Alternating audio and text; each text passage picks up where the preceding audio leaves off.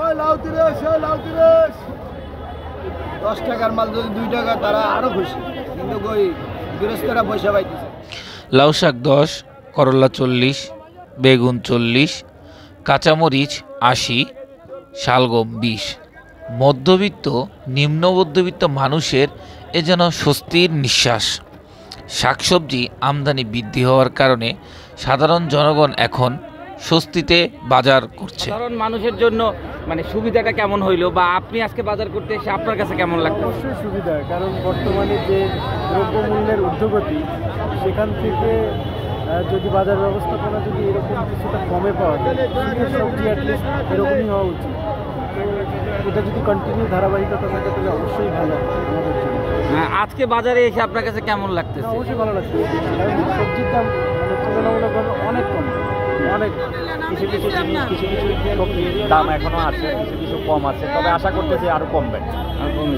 না, অন্যান্য বছর তো এই শীতেও দেখা গেছে কিছুটা বাজার এর চাইতেও একটু বেশি ছিল।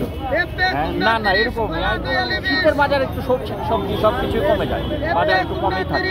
এবার তো এখনো আলুর দাম আছে 60 টাকা 70 টাকা, তারপর আপনার কেজি আছে যেগুলো থাকে আরো কম থাকে না।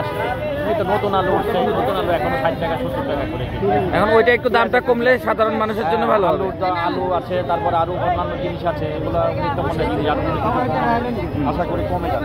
এদিকে বিক্রেতারা বলছেন পণ্যের আমদানি বেশি কিন্তু বিক্রি কম, ফলে লস দিয়েই বিক্রি করতে হচ্ছে। পরে তো বাজারে আজকে জিনিসপত্রের দাম খুব কম দেখা যাচ্ছে। অনেক কমছে, অনেক নিয়ন্ত্রণে আছে, অর্ধেক দাম। মানে এটার কারণ কি?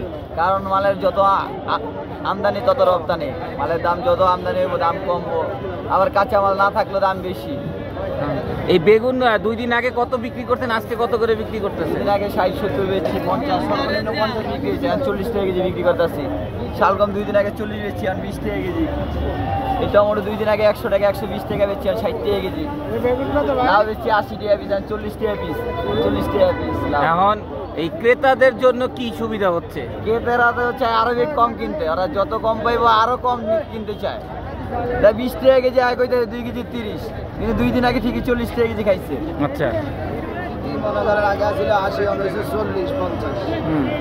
এদিকে এই যে সাধারণ মানুষের জন্য কি সুবিধা হয়েছে না? সাধারণ মানুষের জন্য তো সুবিধা হয়েছে, তারা ওই 10 টাকার মাল যদি 2 টাকা তারা আরো খুশি, কিন্তু ওই গৃহস্থরা পয়সা পাইতেছে। এতে কি আপনাদের ক্ষতি হচ্ছে নাকি? আমাদের ক্ষতি, আমরা কমে কিনবো, কমে বেশি, এখানে কোনো সিন্ডিকেট নেই।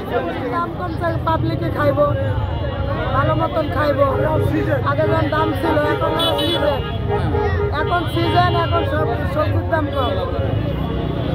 মিষ্টি কুমড়া আগে কত ছিল আর এখন কত করে? ছিল 60 টাকা কেজি, এখন আছে 30 টাকা কেজি। আচ্ছা, এতে আপনাদের কি লাভ হচ্ছে তো ব্যবসায় না? হ্যাঁ, লাভ ছাড়া যে মাল বেশি, মালের আমদানি বেশি, কাস্টমারে খায় কম, মাল লস দিয়ে বেচতেছে। নিবিড় চৌধুরী, ফ্ল্যাশ টিভি, মিরপুর 1, কাঁচা বাজার, ঢাকা।